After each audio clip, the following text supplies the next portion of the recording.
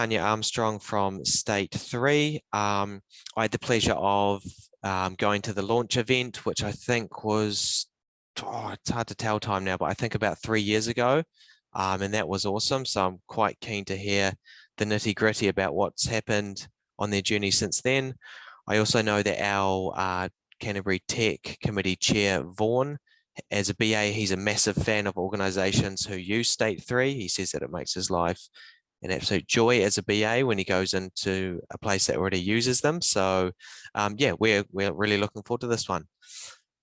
So a couple of quick updates first. Obviously, we have our Tech Summit coming up on the 24th of November. We've got a really interesting speaker lineup this year, as with previous years as well. Half the tickets are now sold as well. So if you haven't got your tickets, get in there. You can get individual ones, or maybe put some pressure on your boss to pay for your ticket and tickets for the rest of your team as well.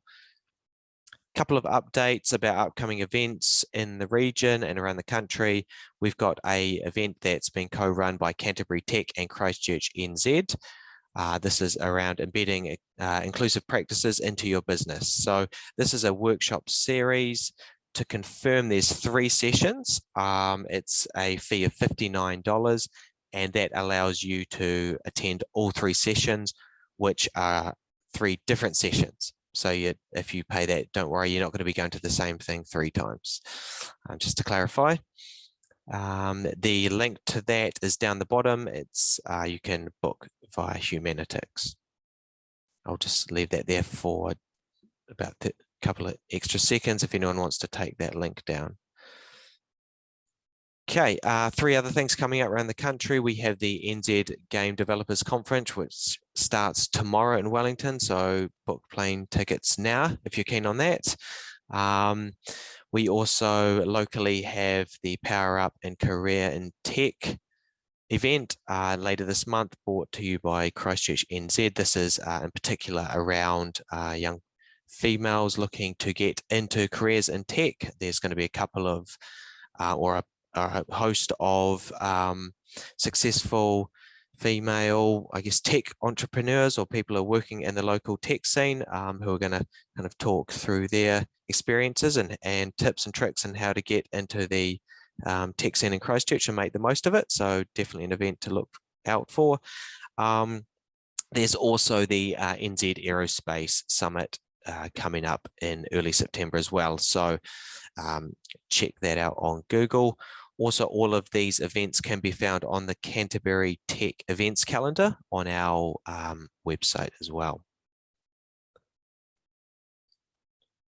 Our next month's event will be at the University of Canterbury in the Rehua building. This is going to be focusing around immersive media, which is stuff like IR, VR, and the likes. We're also going to have a very small tour before this at the HIT Lab. This is only going to be about 10 slots, so keep your eyes peeled for that. And if you're one of the lucky quick ones, you'll be able to get in and have a look around inside the inner workings of the HIT Lab, see what they do there. And just before we jump over to Tania, I'd like to introduce Louisa. Some of you may have heard or not heard, but she is our brand spanking new GM in the committee. So if I'll just pass over to Louisa for a minute for her to introduce herself. Hi everybody, I'm Louisa Taylor, the new GM. I'll be getting around and meeting all our members and sponsors over the next few weeks, and I'm really looking forward to meeting those of you I haven't met yet. We're also midway through a neurodiversity project, which is a really exciting piece of work that Canterbury Tech is doing in collaboration with some of our sponsors, helping people with dyslexia be better supported into tech jobs. So we'll let you know some interesting stories coming out of that piece of work in our next newsletter as well. Thanks very much. Awesome. Thanks, Louisa. All right, well, we'll jump over to Tania now. We're going to do a quick Q&A session at the end as well. So as Tania is presenting, please feel free to write any questions that you may have into the chat in this, in the Zoom call.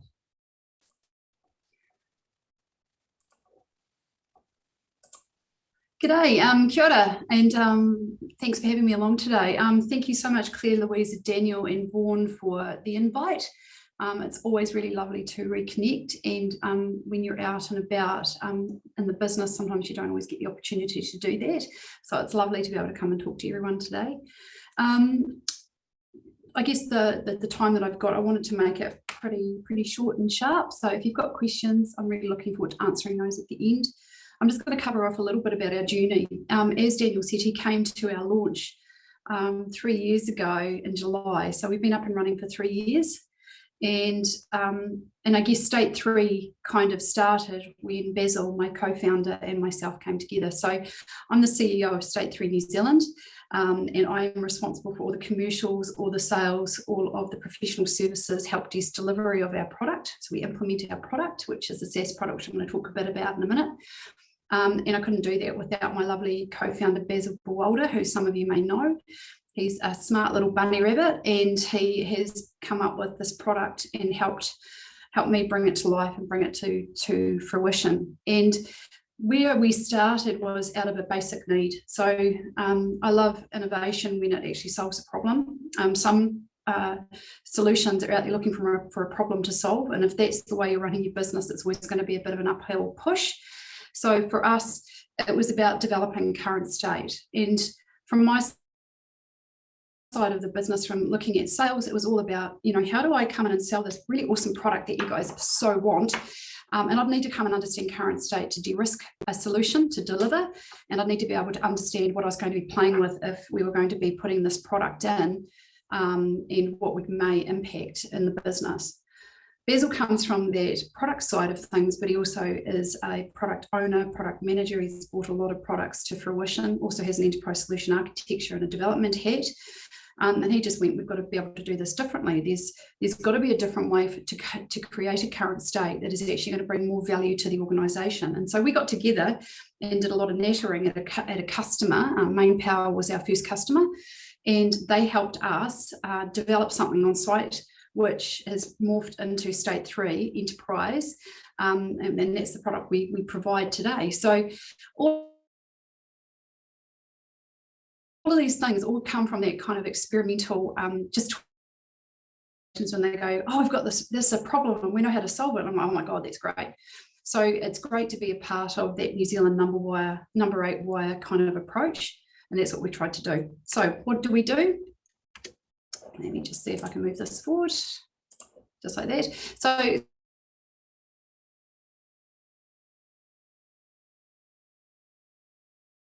STATE3 Enterprise is an Azure-based, and so we cover off on the technology side of things. We look at technology, which may be an application, it may be a Wi-Fi access point, any type of tech, could be SCADA, whatever, IoT, and infrastructure. So that's very much on our technology side.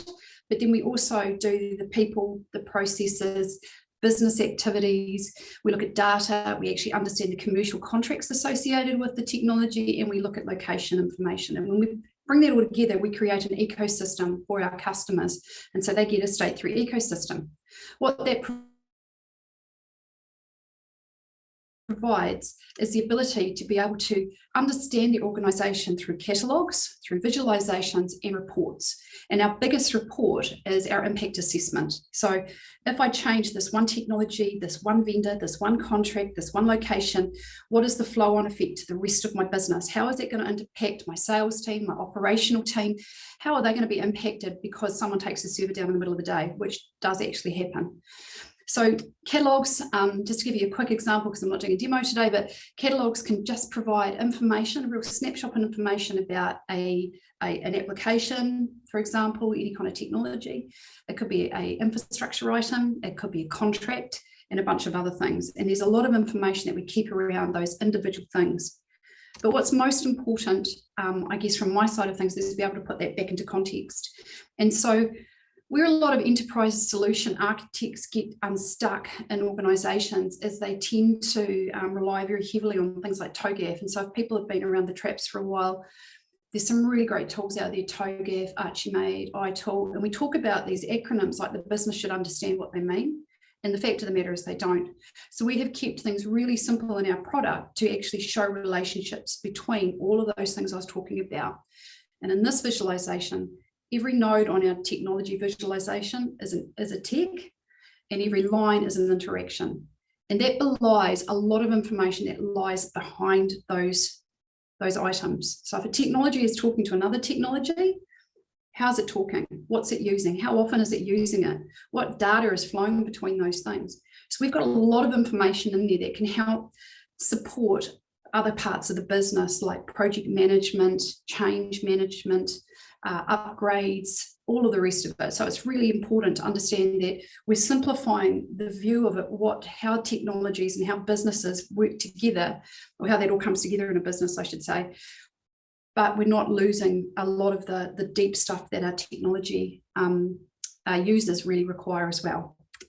And the last thing we do is the reports and an impact assessment. Like I said, if this thing changes, what's the impact to the business? Why would we use these? I've got a milestone coming up in a business, in a project. I'm going to take a server offline. What do I need to de-risk? Boom, there you go. That's what we're using it for. If there has been an issue where there has been an impact to the business, and we know where that impact has come from, for example, like a cyber attack, we can go all the way back up and do the crown jewels analysis to actually understand what parts of the business have been impacted. Why is that important? When Waikato went down and had a few issues, they did the initial incident response quite well. They did disaster recovery quite well. But when they started looking at BCP, what parts of the business needed to continually move on and what planning had been done around business continuity, that's where they came unstuck. And that's where we are a real strong provider in being able to determine what the impact to the business is. Because at the end of the day, you're either, you've got customers, whether they're internal, external, whatever they may be, and however you decide you want to frame them up, we need to understand how you're going to still deliver services to those people, especially if it's a hospital, like it's mission critical, and if a server goes down, it might take someone's breathing offline or whatever it may be, or it may stop updates. So we need to be able to understand what the impact is going to be to real human people.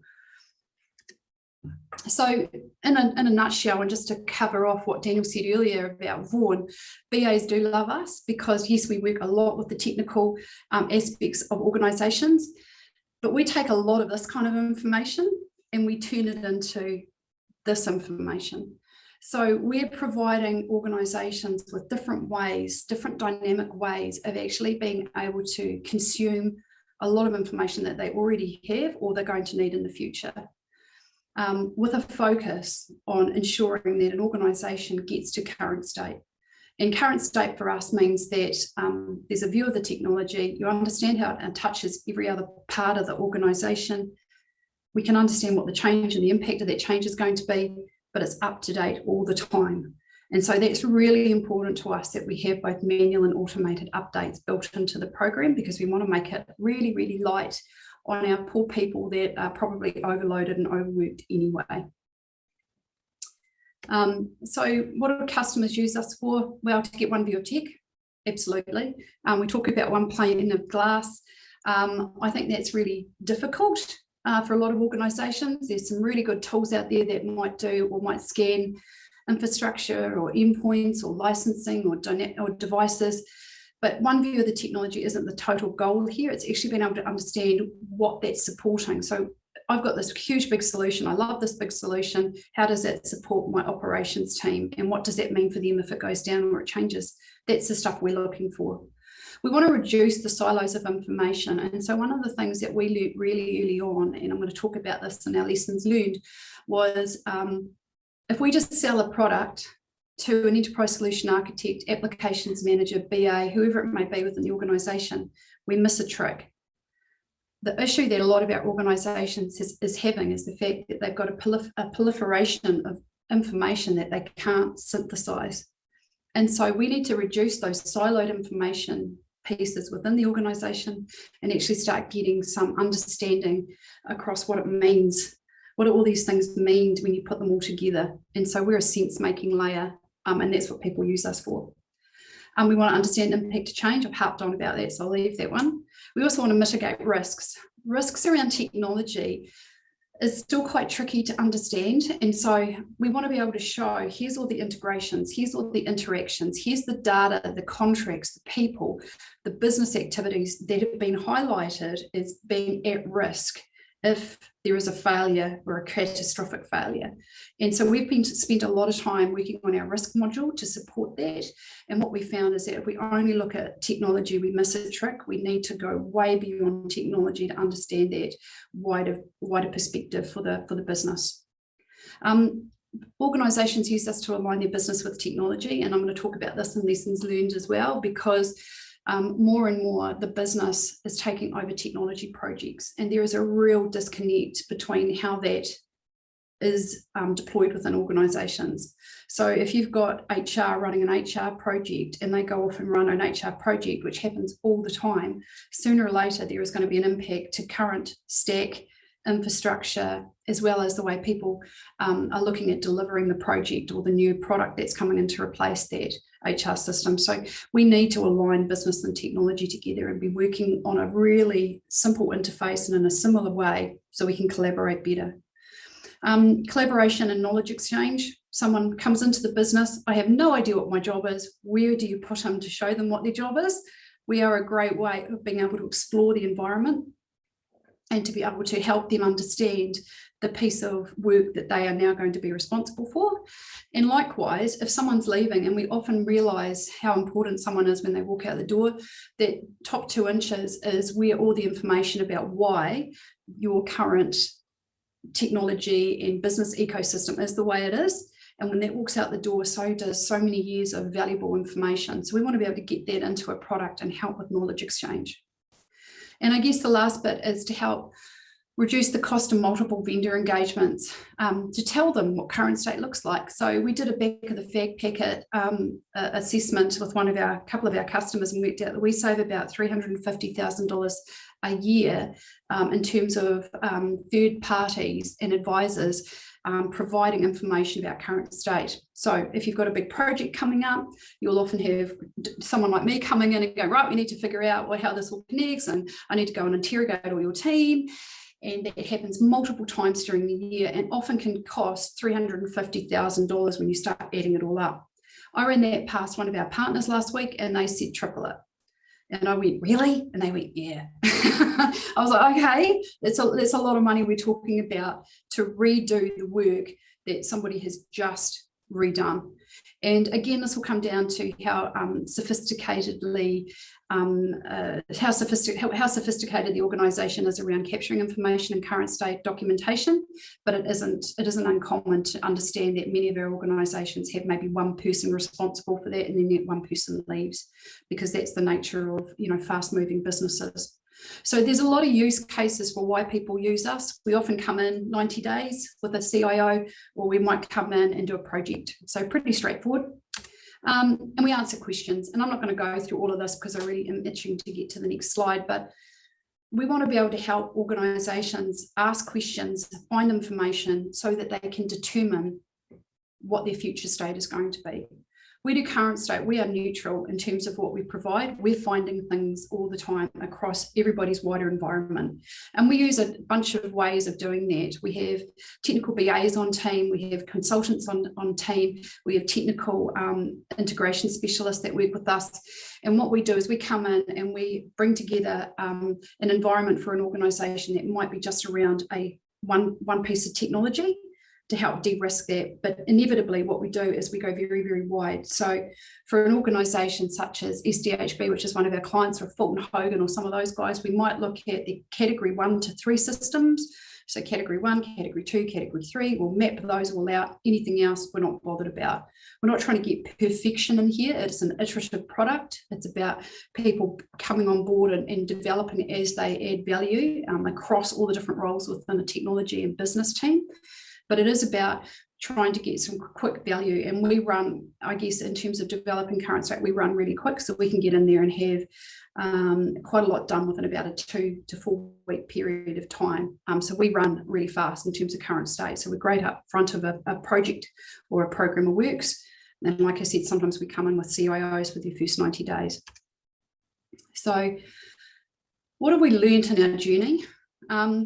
I think I love this stuff, right? Like I love hearing organisations tell me about how they got to where they are, because it's just fascinating what people make businesses out of. But I guess for us, our lessons learned is that our organisations are stuffed.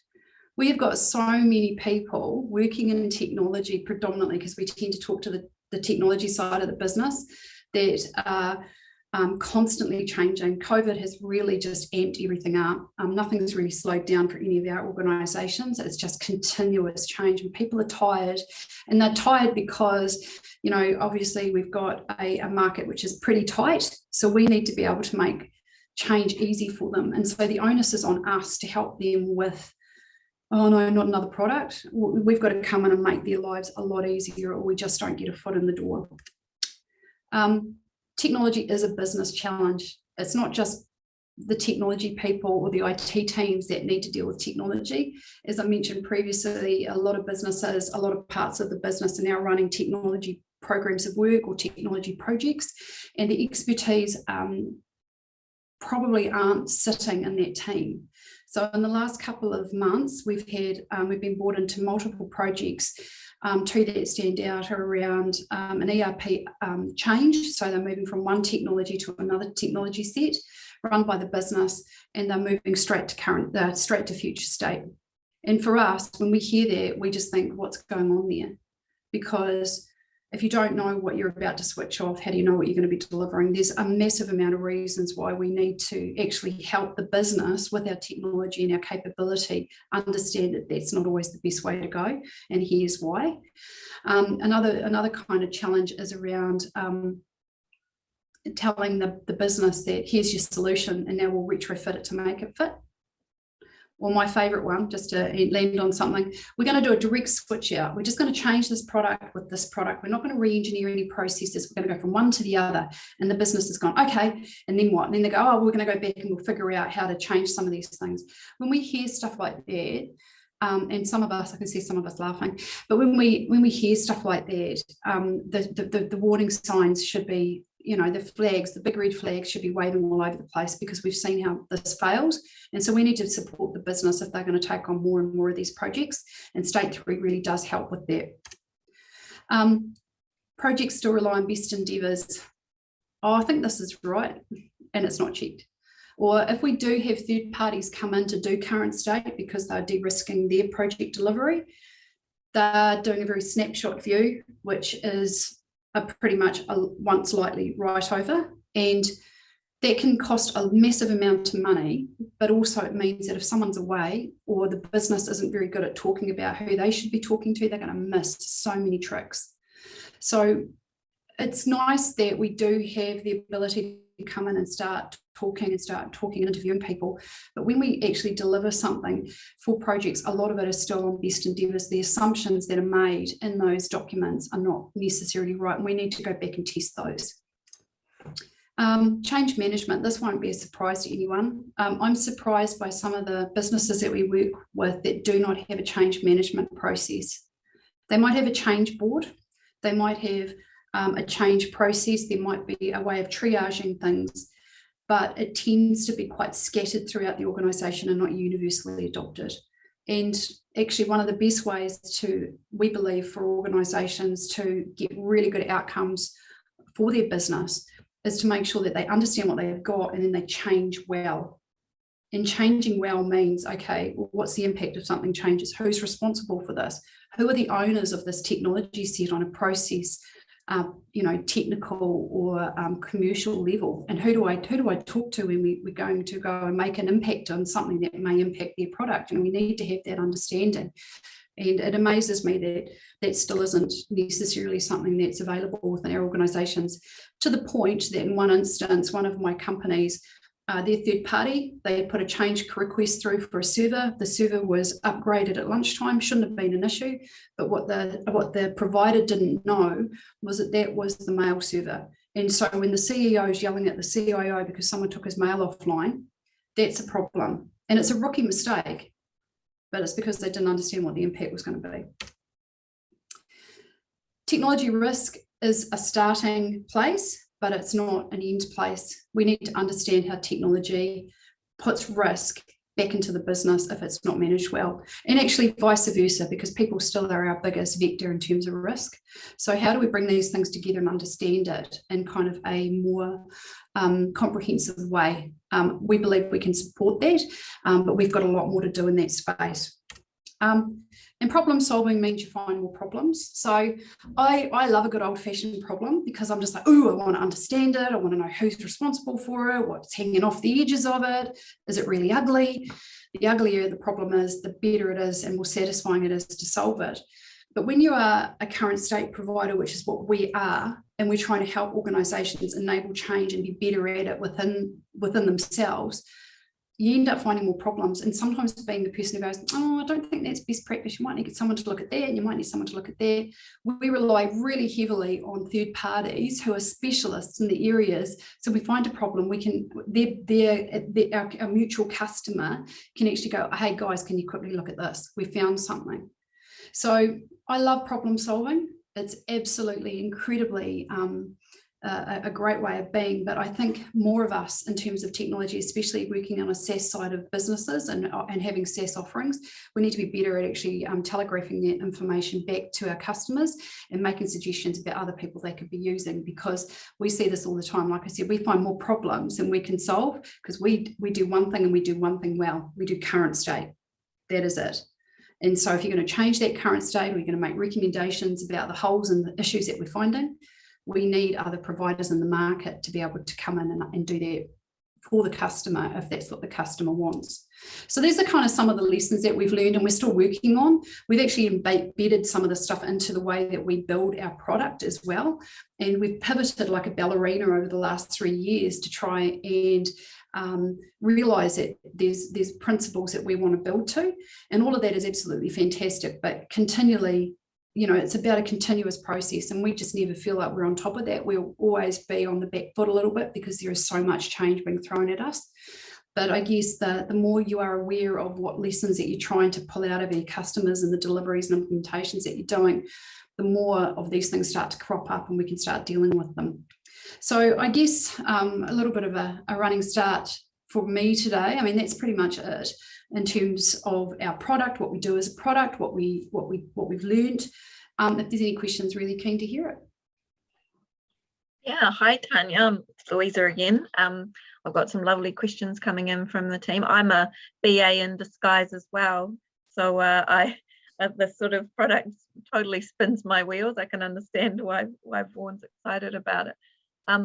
One of our questions here is like around the governance of it. So once you'd implemented a product like this, what sort of governance systems would you recommend? And sort of along that, how do you keep that current state current? And maybe you've got some anecdotes you could share with us. So we've got two ways of keeping. I'll start with the currency and then talk about governance, which I love governance. It's so sexy, isn't it? But on the automation side of things, so and it comes across into governance a bit, we have SMEs associated with every part of the product. So if you are an SME that is a technical SME for an ERP, we would know you. We'd also know who the business owner is and who the process owner is. And we're actually bringing in data owners as well, so that we can start doing master data management around some of this stuff. So we understand who is looking after this product. On a manual side of things, as things go through the change process after we've implemented and we're looking at a change, we would make those changes as part of the checking the change board. So for example, we've got a change coming up. Have you STATE3'd it? Okay, we'll go STATE3 it. What's the impact? Have you mitigated the risks that we find in the impact assessment? Yes, no. And once those changes have been made, then we update our product. On the automated side of things, we use everything from integrations. We use a lot of Azure Data Factory. We've got direct native connections in with things like Azure AD, so we know who the people are, who's using what their role is in the organization, which is really handy. We do automations into things like CMDBs, service desk, ITSM type products. So there's a lot of products out there that have more information than we do. We will drag that in, and we've got a variety of ways of doing it. Like I said, we've got Data Factory, we've got agents, we've got APIs, we do manual ingestions in terms of CSV files. I mean, it really depends on the organisation. And when we bring it in, we make sense of it. And then if it's an automated update, we will make it an automated ingestion. So we run zero trust, and when you're happy with it, we just automate it. So that means if your infrastructure changes, we know your infrastructure has changed, and we can make sure that that gets reflected into your ecosystem. Really important that we find that early on, and often our first integration is going to be Azure AD straight out of the box if you're running that, because it gives us such a wealth, and it also gives us authentication into our product for multi-factor and all the rest of it. Wow, automating, keeping the current state is amazing. It's almost like a digital twin, isn't it, of your IT state. I've got another question here. So as part of that current state depiction, does it pull together the current performance of the particular configuration of those various parts? And they clarify by saying it's not around the tech performance, but around against business goals. So if you've got particular strategic goals, are you able to sort of build that into your view of the world? Oh, that's a great question. Who said that? Come on, it's Vic Sefton, yeah. Oh, thanks, Vic. The answer is no. So we are a logical representation of your physical environment. But so saying that, we do have a really cool little thing that we've got coming up, which will help with that, which is around surveys. So we put this in place to help us understand how good we were, i.e., hello person, do you like our new interface? Tick yes, tick no, whatever. We can actually allow organisations in an upcoming release to be able to do that themselves. So what that means is if you have a product coming out, it may be an absolute piece of rubbish in terms of the technical infrastructure and everything else, but your users may love it. And we want to be able to find those pieces of information out to get a really, truly comprehensive view of whether someone is actually liking the use of the product. And so being able to do surveys like that, really cool. And of course, we know who's using it because we have the users in our product. So that makes, that's the way we would probably handle that. In the long term, we have a governance module coming because I love governance. And so all of that kind of stuff will be absolutely integrated into the governance module along with risk. And also things like, oversight committees, and like I've got a real hot spot for data as well. So we want to be able to do data governance really, really well. And so we're hoping to add more value in that area there too. So yes, kind of, and some of it's coming. Fantastic. Are there any other questions from anyone there? You feel free to type them into the chat box there if you've got any other things. One other question from myself. So you mentioned that STATE3 was kind of born out of some work that you did, I guess, for a specific client or internally somewhere to start with. Could you kind of talk about how it was, I guess, born out of that? So we had a customer, Main Power actually it was, so we were both doing work there and with previous hats on. And the issue was around how do we create and develop a current state for this organisation, knowing they're going to undertake a lot of change coming up, and they had some big hairy, big fairy kind of projects on the horizon. And Basil had used a massive amount of enterprise solution architecture tools, and they just didn't cut the mustard in terms of what we needed them for. So really, really good at understanding, like you can use Visio, or you can use ProMap, you can use some of these other things that will give you pieces of the answer, but we needed to see it all in one place. And so it was that spitballing and just talking about, well, what do we need to see and how does it need to be represented? And the biggest bit for us is if you're going to do it once, and I'm going to go in and I'm going to talk to your team and we're going to find out all this really cool stuff, we're going to do it once, we don't want to do it again in 3 months' time. So it had to be dynamic. And so it was really the focus on a dynamic environment that they could use once we'd used it for whatever we needed it for. If you're going to do this work, don't do it again. It's just a huge waste of time if you don't, the deltas are always easier than the whole piece of work. So we wanted to get it in there and make it updatable. And that's kind of where it automatically started. And so we approached the CIO there, Jeff Gale, and it was Jeff Gale at the time. And we just said, hey, we've got this great idea. And he went, cool. You can use us as a guinea pig and you can deliver it to us as part of our work that we're doing. And that's how it started. So we were working really quickly with industry to see if it worked for them really early on. So I'm incredibly grateful for Main Power for being so gentle with us. That was nice of them. Any further questions from anyone else? So you've obviously talked about your governance module coming up. Have you got any other things on the roadmap that you're looking to in the future? So we do a bunch of stuff quite well. I talked about our 7 components: people, infrastructure, contracts. Having the commercials with and understanding total cost of ownership is really good. Understanding data and how data moves is really important. Business activities and then business process. Again, if there's a break in a process, where does that impact the business? We want to understand, so if a server goes down or if Jenny doesn't turn up to push a button, what does that mean for my business?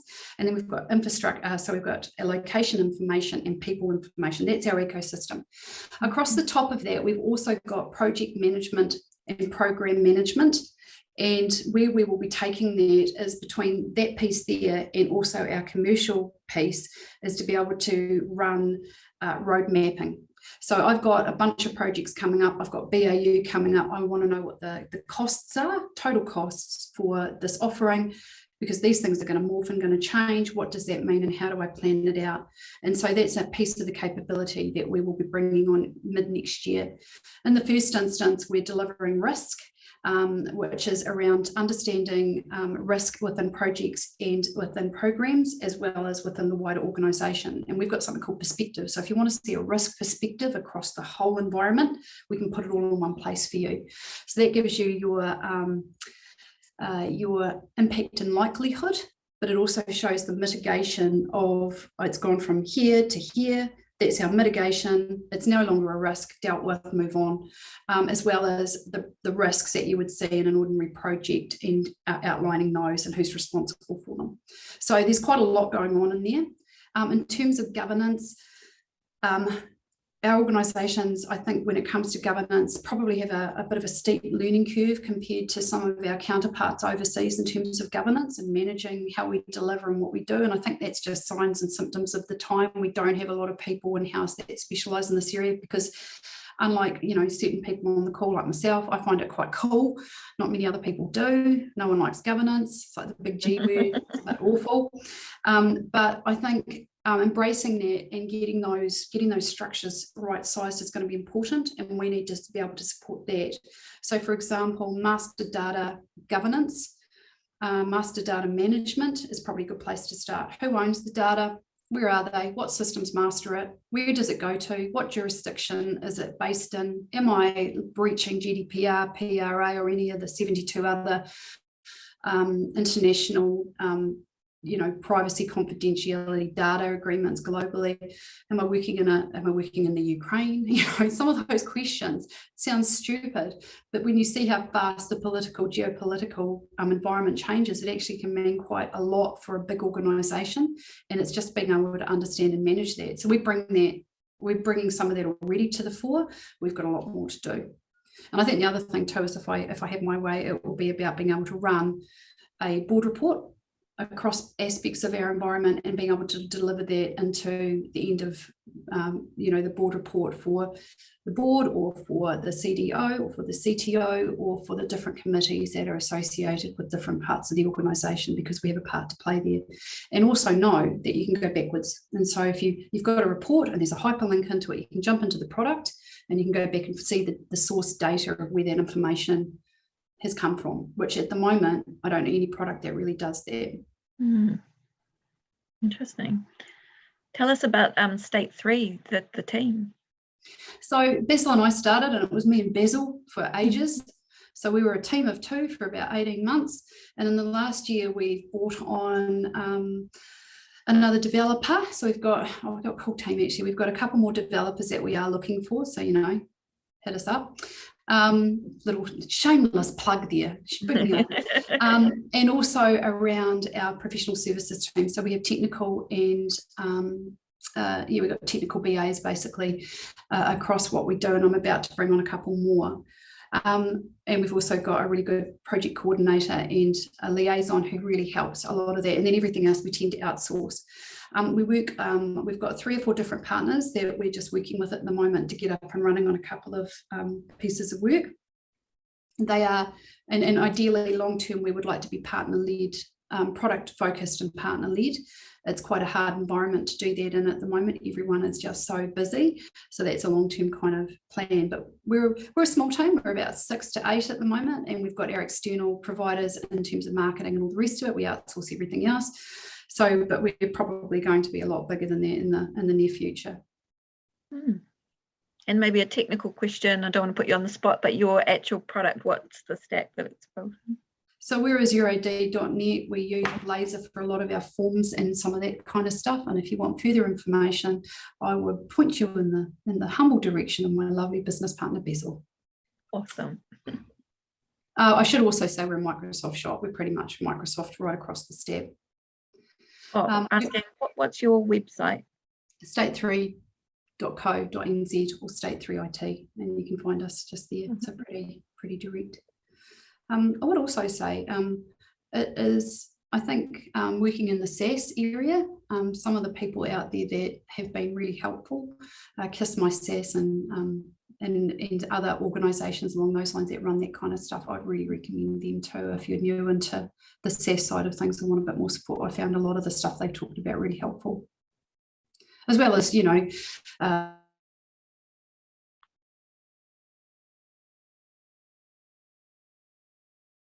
Think Lab and all the other local ones, and none of them are coming to mind right at this moment. Worst plug ever. Thanks very much, Tania. Daniel, did you have anything further? Yeah, just like to say thanks very much for the presentation. It's really cool to hear about what you've been up to, and obviously there's a ton more coming up, so I'm sure everyone's keen to kind of see what's next for STATE3. But yeah, thanks again. Thanks everyone for joining this presentation. Hopefully see you next month at the University of Canterbury for our face-to-face event, or next month again for our lunchtime tech sessions. Cheers. Thank you. Take care. Thanks, everybody. Thanks. Cheers.